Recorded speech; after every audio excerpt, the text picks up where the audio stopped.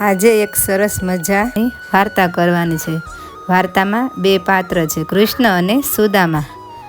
ઘણા સમય પહેલાંની વાત છે। સાંદીપની ઋષિના આશ્રમમાં ભગવાન કૃષ્ણ અને સુદામા નામના બે મિત્રો સાથે ભણતા હતા। કૃષ્ણ તો દ્વારકાના રાજા બન્યા, પણ સુદામા એકદમ ગરીબ બ્રાહ્મણ રહ્યા।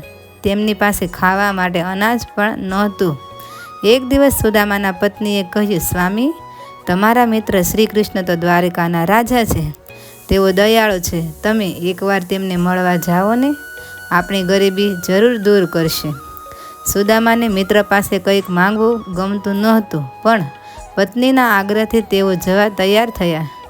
ઘરમાં કંઈ નહોતું એટલે પત્નીએ પાડોશી પાસેથી 3 મુઠ્ઠી પૌવા માગીને એક ફાટેલા કપડામાં બાંધી દીધા।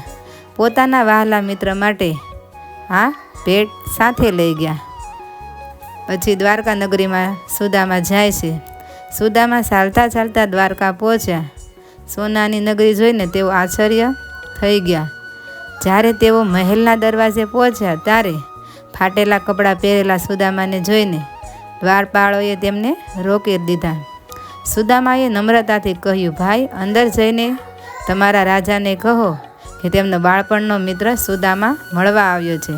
દ્વારપાલે અંદર જઈને કૃષ્ણને આ વાત કહી। સુદામા નામ સાંભળતા જ ભગવાન કૃષ્ણ પોતાના સિંહાસન પરથી ઊભા થઈ ગયા। તેઓ પગરખાં પહેરવાનું પણ ભૂલી ગયા અને દોડતા દોડતા દરવાજે પહોંચ્યા। તેમણે દોડીને સુદામાને ગળે લગાડી દીધા। આ જોઈને આખી દ્વારકા નગરી આશ્ચર્યચકિત થઈ ગઈ કે રાજા આટલા ગરીબ માણસને આટલો પ્રેમ કરે। 3 મુઠ્ઠી પૌવા અને અદ્ભુત ચમત્કાર। કૃષ્ણ સુદામાને મહેલમાં લઈ ગયા, પોતાના આસન પર બેસાડ્યા અને પોતાના માથે તેમના પગ ધોયા।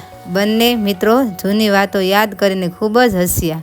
ત્યાં જ કૃષ્ણની નજર સુદામાના હાથમાં છુપાયેલી નાની પોટલી પર પડી। કૃષ્ણએ હસીને પૂછ્યું, ભાભીએ મારા માટે શું મોકલ્યું છે મિત્ર? સુદામા શરમના માર્યા પોટલી છુપાવવા લાગ્યા કે આ મોટા રાજાને હું આ ગરીબ પૌવા કઈ રીતે આપું? પણ કૃષ્ણએ પોટલી ખેંચી લીધી અને ખુશ થઈને કહ્યું, અરે પૌવા, આ તો મારી સૌથી વહાલી વસ્તુ છે। પહેલી મુઠ્ઠી ભરીને કૃષ્ણએ પૌવા ખાધા તો સુદામાએ પૃથ્વીનું રાજ્ય આપી દીધું।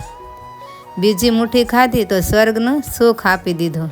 જેવી કૃષ્ણએ ત્રીજી મુઠ્ઠી ખાવા હાથ લંબાવ્યો, ત્યાં જ રૂક્ષ્મણી માતાએ તેમનો હાથ પકડી લીધો અને કહ્યું, પ્રભુ, બધું જ આપી દેશો તો આપણા માટે શું બચશે?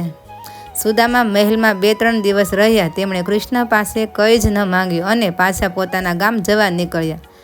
સુદામાનું નસીબ બદલાઈ ગયું।